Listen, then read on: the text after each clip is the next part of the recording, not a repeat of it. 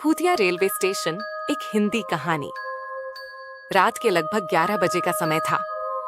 घना कोहरा चारों ओर फैला हुआ था और ठंडी हवा हड्डियों तक कंपा रही थी। रवि, जो एक युवा पत्रकार था, किसी अज्ञात रेलवे स्टेशन की सच्चाई जानने के लिए निकला था।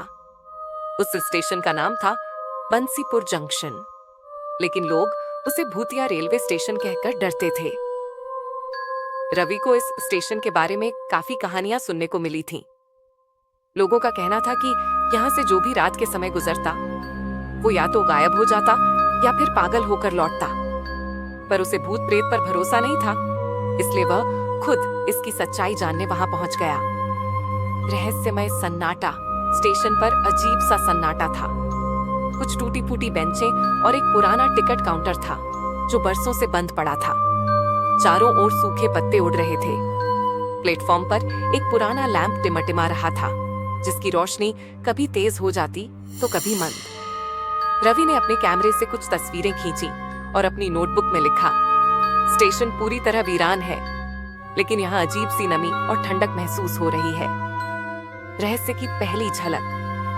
तभी उसे दूर से किसी ट्रेन की सीटी सुनाई दी, लेकिन स्टेशन के टाइम टेबल के मुताबिक यहाँ कोई ट्रेन रात में नहीं रुकती थी।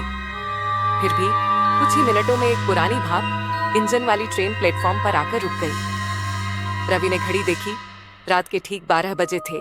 ट्रेन से उतरने वाले यात्रियों को देखकर उसकी आंखें फटी की फटी रह गईं।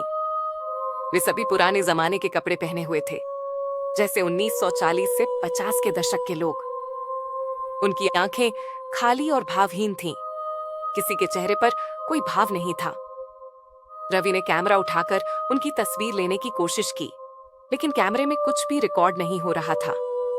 वह घबराकर पीछे हटने लगा। तभी उसे महसूस हुआ कि कोई उसके कंधे पर हाथ रख रहा है। उसने डरते डरते पीछे मुड़कर देखा। एक बूढ़ा टिकट चेकर वहां खड़ा था। भूतिया सच्चाई। बेटा, तुमने बहुत बड़ी गलती कर दी यहां आकर, बूढ़े आदमी ने धीमी लेकिन भारी आवाज में कहा। रवि कांपते हुए बोला, कौन है आप? मैं इस स्टेशन का आखिरी टिकट चेकर हूं, जो आज भी अपनी ड्यूटी निभा रहा है।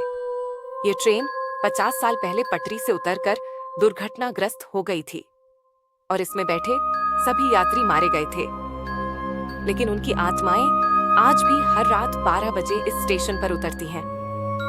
जो भी इस ट्रेन में चढ़ता है, वह फिर कभी वापस नहीं आता। रवि का दिल जोर जोर से धड़कने लगा। उसे महसूस हुआ कि यात्रियों की नजरें अब उसकी ओर थीं। वे धीरे धीरे उसकी तरफ बढ़ने लगे। वह भागने के लिए मुड़ा, लेकिन उसके पैर जैसे जमीन से चिपक गए थे। यात्रियों के चेहरे अब विकृत होने लगे। उनकी आंखों से अजीब सी रोशनी निकल रही थी। अंतिम मोड़। रवि ने पूरी ताकत से खुद को छुड़ाया और स्टेशन के बाहर की ओर भागा, लेकिन जैसे ही उसने प्लेटफॉर्म पार किया, सब कुछ अचानक गायब हो गया। न ट्रेन थी, न यात्री, न वह बूढ़ा टिकट चेकर। वह अब एक सुनसान मैदान में खड़ा था। सामने रेलवे ट्रैक जंग लगे हुए थे और घास में छिपे हुए थे, जैसे वहां बरसों से कोई ट्रेन गुजरी ही न हो। रवि को समझ आ चुका था कि उसने असल में भूतों की दुनिया में कदम रख दिया था। वह उल्टे पांव शहर की ओर भागा और दोबारा उस स्टेशन का नाम तक नहीं लिया। क्या यह सिर्फ एक कहानी थी? आज भी जो भी बंसीपुर जंक्शन के पास से गुजरता है, उसे आधी रात को ट्रेन की सीटी और यात्रियों की धीमी सी फुसफुसाहट सुनाई देती है, लेकिन वहां पहुंचने की हिम्मत अब कोई नहीं करता।